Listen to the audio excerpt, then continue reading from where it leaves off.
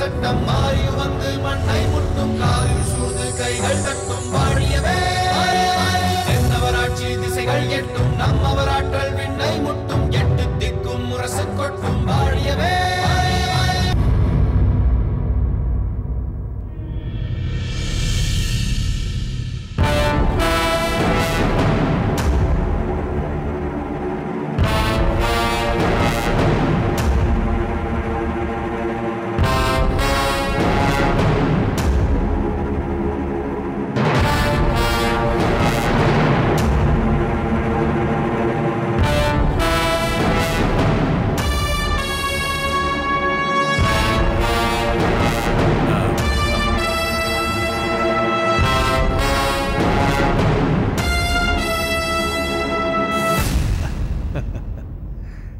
ஆஹா, இது என்ன அதிசயம்!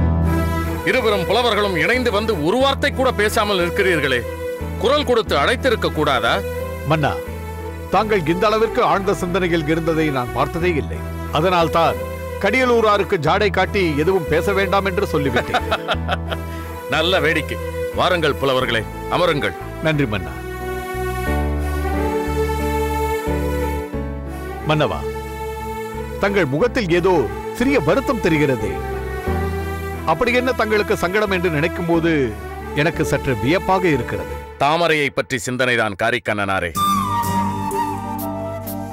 அவள் இங்கு வந்து தங்கியிருந்தது சில நாட்கள் தான் என்றாலும் இங்கேயே பிறந்து வளர்ந்தவள் போல் அரச குடும்பத்தில் அனைவர் மனதிலும் இடம் பிடித்து விட்டாள். இப்பொழுது நம் மீது பகை கொண்ட அண்ணனிடம் அகப்பட்டுக் கொண்ட முத்துநகையை மீட்க தன்னந்தனியாக சென்றிருக்கிறாள். அவளுடைய நோக்கம் இருங்கோவேலுக்கு தெரிந்துவிடக் கூடாது. அதனால் தாமரைக்கு எந்த ஆபத்தும் நேர்ந்துவிடக் கூடாதே என்பதை பற்றிதான் நான் சிந்தித்துக் கொண்டிருந்தேன். ஆஹா மன்னவா, எப்படியாவது தங்களை அழிக்க வேண்டும் என்று நினைக்கும் கொடும் பகைவனான இருங்கோவேலின் தங்கியிடம் தாங்கள் இந்த அளவிற்கு அன்பு வைத்திருப்பதை பார்க்கும் பொழுது எங்களுக்கு வியப்பாக இருக்கிறது.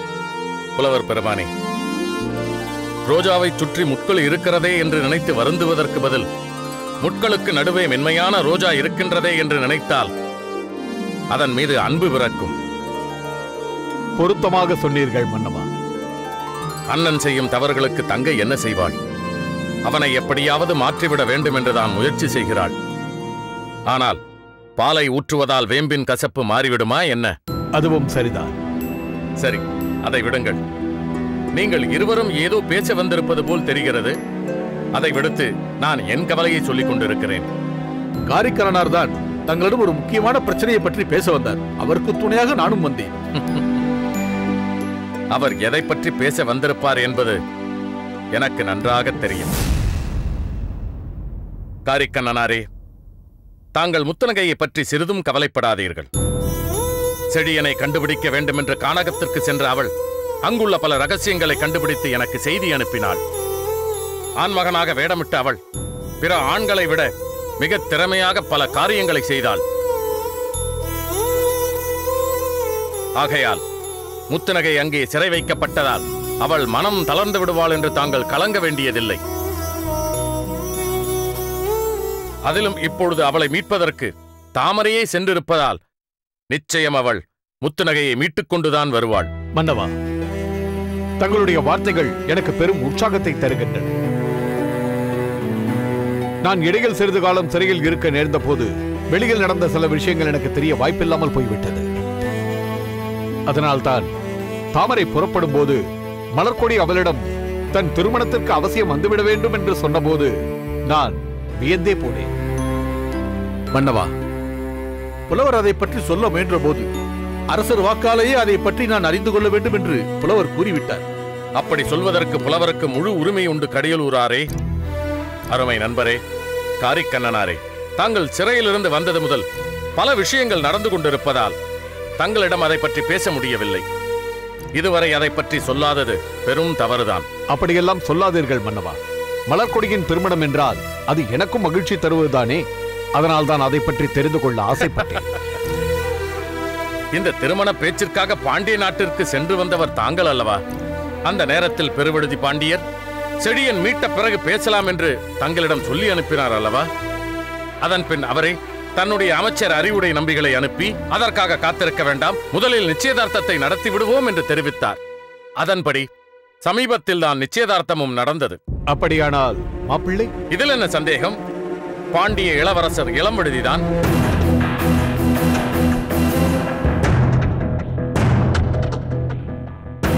என்ன யோசிக்கிறீர்கள்? அதொன்றுமில்லை. இளம்வழுதி மலர்கொடி திருமண பேச்சு பாண்டிய மன்னர் இந்திர விழாவிற்கு வந்திருந்த போதே தொடங்கியதுதானே?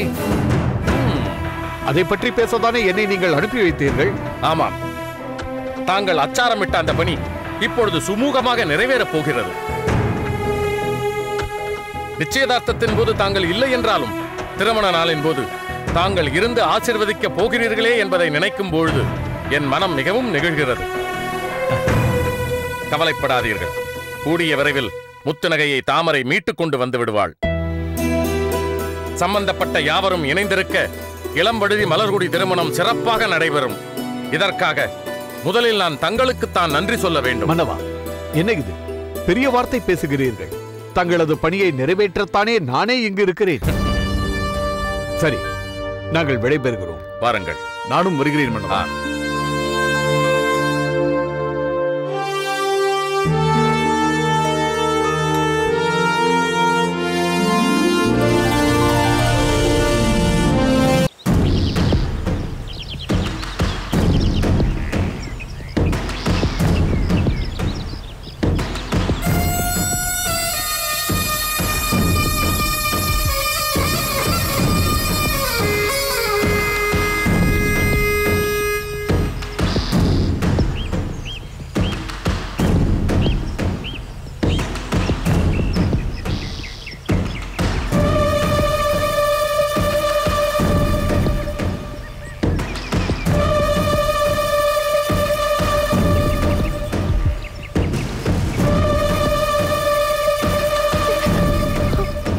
கருங்குழலி, ஏனம்மா, ஏன் இப்படி இருக்கிறாய்? மகேந்திரன், அந்த மகேந்திரன் என்ன மறுபடியும் விவகாரம் செய்கிறானா? தொடர்ந்து அவன் எனக்கு தொல்லை கொடுத்து கொண்டேதான் இருக்கிறான். குறிப்பிட்ட எல்லையை தாண்டும் வரை அவனை பற்றி சொல்லக்கூடாது என்றுதான் இருந்தேன். ஆனால் இப்போது அவன் வேறு ஒரு வகையில் தொல்லை கொடுத்திருக்கிறான். வேறு என்னமா செய்தான்? ஒவ்வொரு முறையும் உங்களிடம் சொல்லி நீங்கள் அந்த வீரபாகுவிடம் சென்று விவாதம் செய்யும் நிலை ஏற்படுகிறதே, அதற்கு மாறாக ஏதாவது செய்ய வேண்டும் என்று நினைத்தேன். நீ ஏனம்மா அப்படி செய்ய வேண்டும்? கணவர் வீடு செல்லும் வரை உனக்கு காவலாக இருக்க வேண்டியவர் இந்த தந்தை. எவரால் உனக்கு துயரம் ஏற்பட்டாலும் பாதுகாக்க வேண்டியவர் இந்த மார்த்தாண்டன் தான். எத்தனை முறை வேண்டுமானாலும் எங்கு வேண்டுமானாலும் நான் வந்து வாதாடுவேன். அதையும் மீறி சென்றால் அடையாளமே இல்லாமல் அழித்து விடுவேன். அந்த அளவிற்கு போக வேண்டாம் என்பதற்காகத்தான் நான் இந்த முயற்சியில் ஈடுபட்டேன். யார் சென்று பேசினார் அந்த மகேந்திரன் சற்றேனும் பயப்படுவானோ அவரிடம் சென்று சொன்னேன். மாமன்னரிடமே நீ சொல்லிவிட்டாயா? அவரிடம் சொல்ல வேண்டும் என்றுதான் நான் ஆவேசமாக சென்றேன். ஆனால் அதற்குள் இளவரசர் என்னை பார்த்து விட்டார். என் நிலையை புரிந்து கொண்டு என்ன பிரச்சனை என்று கேட்டார். எல்லாவற்றையும் சொல்லிவிட்டேன். இந்த சிறிய பிரச்சனைக்காகவா அரசரிடம் செல்கிறாய்? நானே மகேந்திரனிடம் பேசி உன் பாதையில் குறுக்கிடாதபடி செய்கிறேன் என்று சொன்னார். அது அவருக்கு சிறு பிரச்சனையா? உனக்கு அது ஒவ்வொரு நாளும் ஏற்படும் வேதனை அல்லவா? அது அவருக்கு எப்படியம்மா தெரியும்? தெரிந்து கொண்டுதானப்பா எனக்காக பரிந்து பேச அவர் மகேந்திரனை தேடிச் சென்றார். பிறகு என்ன சங்கடம்? அவன் அவரையே மாற்றிவிட்டானே. எப்படி? அவன் என் மீது மிகுந்த காதல் கொண்டிருப்பதாக அவரையே நம்ப வைத்து விட்டான். அவரே அவன் சொல்வதெல்லாம் உண்மை என்று நம்பும்படி செய்து விட்டான். எந்த அளவிற்கு அவன் அவரிடம் உருகுவது போல் பாசாங்க செய்திருந்தான் அவர் என்னிடம் வந்து அவனுக்காக வாதாடியிருப்பார். இளவரசரையே காதல் தூதுவனாக்கி விட்டான் அந்த மகேந்திரன். இது என்ன அநியாயம்? புறாவிடு தூது, கிளிவிடு தூது என்றெல்லாம் கேட்டிருக்கிறேன். இளவரசி தன் தோழியை தூது விடுவாள், இளவரசர் தன் தோழனை தூது விடுவார். ஆனால் இங்கு ஒருவன் இளவரசரையே தூது அனுப்பியிருக்கிறான். அவனை கண்டித்து தண்டிக்க வேண்டிய அவரே அந்த தவறுக்கு துணை போயிருக்கிறார். இந்த நிலை நீடித்தால் இறுதியில் அவன் பேரரசரையே தனக்கு காதல் தூதுவனாக மாற்றி விடுவான். அந்த அளவிற்கு போகும்படி நான் விட்டு விடுவேனா? இப்பொழுது அந்த வீரபாகுவிடம் சென்று நியாயம் கேட்போம். அந்த பணிப்பெண் இன்னும் நம்மிடம்தானே இருக்கிறாள். அதனால் அந்த வீரபாகு என் மகள் வாழ்க்கையில் எல்லை மீறி குறுக்கிட்டால் உன் மகன் பணிப்பெண்ணை சீரழித்த கதையை மாமன்னர் வரை சென்று உலகமே பார்த்து உமிழும் வகையில் வெளிச்சத்திற்கு வந்துவிடும் என்று எச்சரிப்போம். புறப்படு. மன்னவா, மகாராணி பெருந்தேவியார் இந்த மண்ணை விட்டே மறைந்து விட்டார் என்றால் மன்னர் நம் கண்ணை விட்டே மறைந்து விட்டாரே. இனி நம் நிலைமை என்னவாகுமோ என்று நம் வீரர்கள் ஒவ்வொருவரும் கலங்கிக் கொண்டிருந்தார்கள். நான் அதை உணராமல் இல்லை செந்தலையாரே. ஆனால் என்னையும் மீறி ஏதேதோ நடந்துவிட்டது. பெருந்தேவியை தடுப்பதற்காக சென்ற நான் அவள் பூம்புகாருக்குள் புகுந்த பிறகு அப்படியே விட்டுவிட முடியுமா? அதனால் தான் வளவளாக சென்ற நான், அவள் உயிரை பாதுகாக்க வேண்டும் என்று சென்ற நானே அவள் உயிரை பறித்தவனாகிவிட்டேன். அந்த கரிகாலன் யார் வந்து பெருந்தேவியின் சடலத்தை பார்க்க வேண்டும் என்று பறை அறிவித்தானோ அவன் அங்கேயே, அவன் அருகிலேயே இருக்கிறான் என்பதை அவன் உணரவில்லை. இருப்பினும் அங்கு சென்ற தாங்கள் எந்த ஆபத்துமின்றி திரும்பி வந்தது முதலை வாயிலிருந்து மீண்டது போலாயிற்றே. செந்தலையாரே, என் நண்பன் முதலை வாயிலிருந்து மீண்டது மட்டுமல்ல, முதலை வயிற்றுக்குள் இருந்த என்னையும் அதன் வயிற்றை கிழித்து வெளியே கொண்டு வந்து விட்டான்.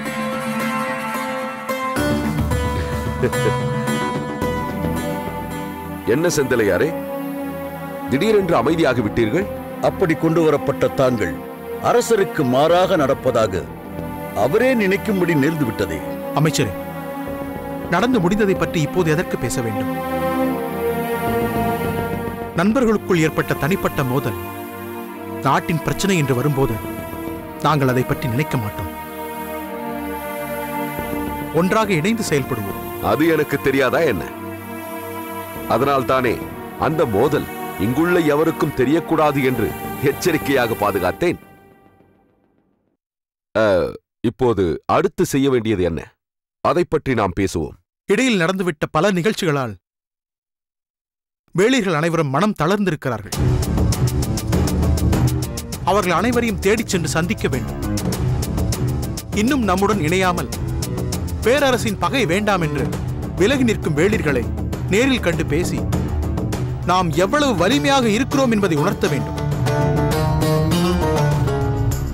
தேவைப்பட்டால் சேர நாட்டிற்கே சென்று அங்கு இப்போது அரசாண்டு கொண்டிருக்கும் இளைய சேரலாதனை சந்தித்து உதவி கேட்க வேண்டும். சரியாக சொன்ன இருங்கோவேள். அந்த கரிகாலனால் தன் தந்தை பெருஞ்சேரலாதன் கொல்லப்பட்டதை நினைத்து குமரிக் கொண்டிருப்பவன் இளைய சேரலாதன். தக்க துணை இல்லாததால் தான் அவர் அமைதியாக இருப்பது போல் காட்சி தருகிறார். சுழன்றடிக்கும் சூறாவளி போல் நாம் புறப்பட்டால் சலனமற்றிருக்கும் அந்த சமுத்திரமெல்லாம் பொங்கி எழுந்து பிரளய வெள்ளமாக மாறிவிடும். அப்படி சொல் விஜயபூபதி. அதைத்தான் நாம் இப்பொழுது செய்ய வேண்டும். நீங்கள் இருவரும் இணைந்து பிரளய வெள்ளமாக புறப்பட்டால் அந்த கரிகாலனின் சோழ நாடு இருந்த இடம் தெரியாமல் மூழ்கிவிடும் என்பதில் எந்த சந்தேகமும் இல்லை. ஆனால் என்ன? தாமரை அவர்களிடம் அகப்பட்டுக் கொண்டாளே. புலிக்காக விரிக்கப்பட்ட வலையில் புள்ளிமான் ஒன்று சென்று அகப்பட்டது போலல்லவா அவள் தானாக சென்று சிக்கிக் கொண்டிருக்கிறாள். தாமரை அங்கு இருக்கும் வரை நாம் எதுவும் செய்ய முடியாது. வாழ்க வேளிர் குலத்தின் மாமன்னர். வாவிருமா, என்ன செய்தி? வேளிர் குல இளவரசி வந்திருக்கிறார் மன்னா.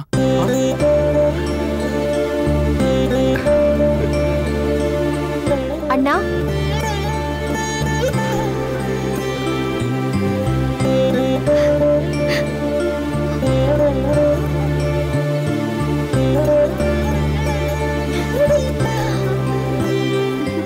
அண்ணா. தாமரை, எப்படி இருக்கிறாய்? இப்பொழுதுதான் உன்னை பற்றி பேசிக் கொண்டிருந்தோம். அண்ணியை பார்க்க வேண்டும் என்று கரிகாலன் அரண்மனைக்கு சென்ற நீ எங்கே இந்த அண்ணனை மறந்து விட்டாயோ என்று உள்ளுக்குள் குமரிக் கொண்டிருந்தேன். இவர்களிடம் கூட அதை காட்டிக்கொள்ள முடியாமல் தவித்துக் கொண்டிருந்தேன். அப்படியெல்லாம் சொல்லாதீர்கள் அண்ணா. உங்களை பிரிந்து என்னால் இருக்க முடியுமா? அண்ணியை இழந்துவிட்ட எனக்கு இனி இருக்கும் ஒரே பற்று நீங்கள் மட்டும்தானே. பெற்றவர்களை இழந்த எனக்கு உற்ற துணையாக தாயும் தந்தையுமாக இருந்தவர் தாங்கள் அல்லவா? இனி எனக்கு உங்களை தவிர உறவு பாராட்ட வேறு யார் இருக்கிறார்கள்? என்றும் உனக்கு பாதுகாப்பாக நான் இருப்பேன் அம்மா. அண்ணி மறைந்ததால் ஏற்பட்ட துன்பம் உனக்கு இல்லாதபடி நான் பார்த்துக் கொள்வேன். இப்படி பேசும் நீங்கள் அன்று அங்கிருந்து தப்பித்து வரும்போது என்னை விட்டுவிட்டு வந்து விட்டீர்கள் அல்லவா? தாமரை, நான் உன்னை கண்டு அழைத்து வரும் அளவிற்கு எனக்கு நேரம் இல்லை அம்மா. என்னை பற்றிய உண்மை தெரிந்து என்னை பிடிக்க ஆட்கள் அனுப்பப்பட்ட நிலையில் நான் விஜயபூபதை முதலில் சிறையில் இருந்து விடுவித்து அழைத்துச் செல்ல வேண்டிய அவசியமாகிவிட்டது. அரசர் தங்களை பிடிக்க ஆணையிடும் நேரத்தில் நானும் அங்குதான் இருந்தேன். நீங்கள் எப்படியாவது தப்பித்து செல்ல வேண்டுமே என்று பதறிக் கொண்டிருந்தேன்.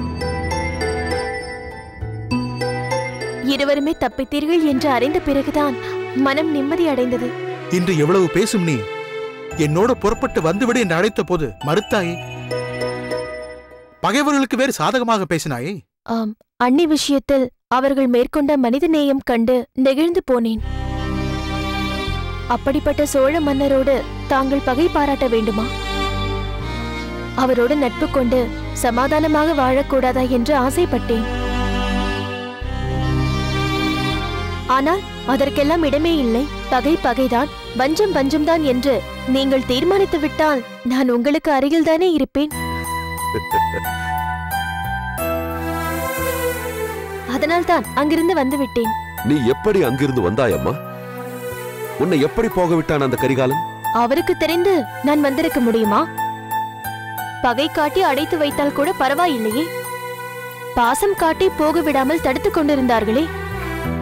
நானும் அவர்களிடம் நேசம் காட்டி நம்பிக்கையை ஏற்படுத்தி நேரம் பார்த்து தப்பித்து வந்துவிட்டேன். நீங்கள் இல்லாத அந்த அரண்மனையில் எனக்கு என்ன வேலை இருக்கிறது? நீங்கள் உங்கள் நண்பரோடு தப்பித்து வந்த பிறகு நான் மட்டும் ஏன் அங்கேயே இருக்க வேண்டும்? அப்படி சொல்லம்மா. எப்படியோ பாதை மாறி ஓடிய கிளை நதி மீண்டும் தன் தாய் நதியோடு இணைவது போல எங்களுடன் சேர்ந்து விட்டாயே, இதுவே போதும். அந்நிய மண்ணில் என்னதான் நமக்கு வேண்டிய அனைத்தும் கிடைத்தாலும் அண்ணனிடம் பெறும் உண்மையான பாசம் அங்கு கிடைக்குமா? அதனால்தான் அவர்களுக்கு சற்றும் சந்தேகம் வராதபடி சாமர்த்தியமாக தப்பித்து வந்தேன். பாலே, என்ன இருந்தாலும் நீ என் தங்கை என்பதை நிரூபித்து விட்டாய். எங்களுக்கு ஏற்பட்டிருந்த பெரும் சங்கடத்தையும் நீக்கிவிட்டாய். இனி நாங்கள் கரிகாலன் மீது படையெடுப்பு நடத்துவதற்கு எந்த தயக்கமும் இல்லை. சரி, நீ அங்கிருந்து வந்ததில் மிகவும் களைத்திருப்பாய். நீ உன் அறைக்கு சென்று ஓய்வெடுத்துக்கொள். நான் பிறகு வந்து உன்னை பார்க்கிறேன். ஆகட்டும் அண்ணா.